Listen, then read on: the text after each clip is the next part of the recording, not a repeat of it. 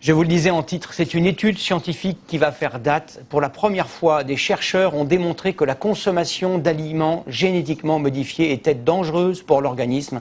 Certes, l'expérience a été menée sur des rats, mais cela prouve que les dangers des OGM ont sans doute été sous-estimés. Regardez l'enquête de Servan Adron et Axel Cariou. Une tumeur énorme en moins d'un an. Les résultats de cette étude sur les rats sont bien au-delà de ce que les chercheurs avaient imaginé. Ça nous a impressionné parce qu'on a eu des tumeurs de plus de 25% du poids du corps. Et donc c'est colossal, 25% du poids du corps. Pendant 2 ans, 200 rats, mâles et femelles, ont été nourris avec un maïs OGM, le NK603. Plusieurs groupes ont été mis en place. Un groupe témoin, nourri d'un maïs classique, et 3 autres groupes. Un nourri avec du maïs OGM, le deuxième avec du maïs OGM, cultivé comme souvent avec de l'herbicide, ici du Roundup. Et enfin, dernier groupe, avec du maïs non OGM, mais avec des traces de Roundup dans l'eau.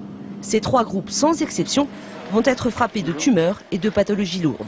93% des tumeurs sont mammaires chez les femelles qui se développent surtout au cours de la 2e année de vie des rats. Vous savez qu'un rat vit 2 ans, donc la 2e année c'est disons à partir de 35-40 ans pour un humain. Et ensuite on observe des pathologies hépatiques et rénales qui les empêchent d'avoir une vie normale. Des maladies qui apparaissent très vite. Les tests réglementaires sont sur 3 mois. Et les vraiment gros troubles de pathologie, en particulier les morts de rats par tumeur, arrivent au 4e mois.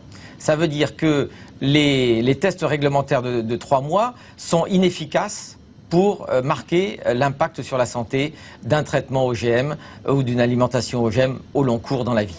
C'est le CRIGEN, un comité indépendant sur le génie génétique, qui est à l'origine de l'étude. Il a trouvé les financements auprès de fondations et même de la grande distribution.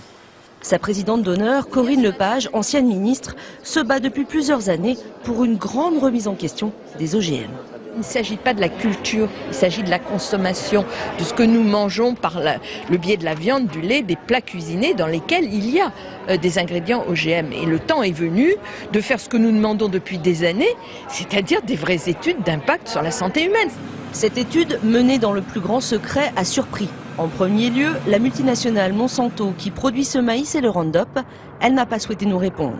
Les professionnels français des semences ne cachent pas, eux, leurs doutes. On est extrêmement surpris des résultats parce qu'on n'a jamais connu de résultats de ce type, donc on souhaite en savoir plus. Stéphane Le Foll, le ministre de l'Agriculture, a saisi cet après-midi l'Agence nationale de sécurité sanitaire.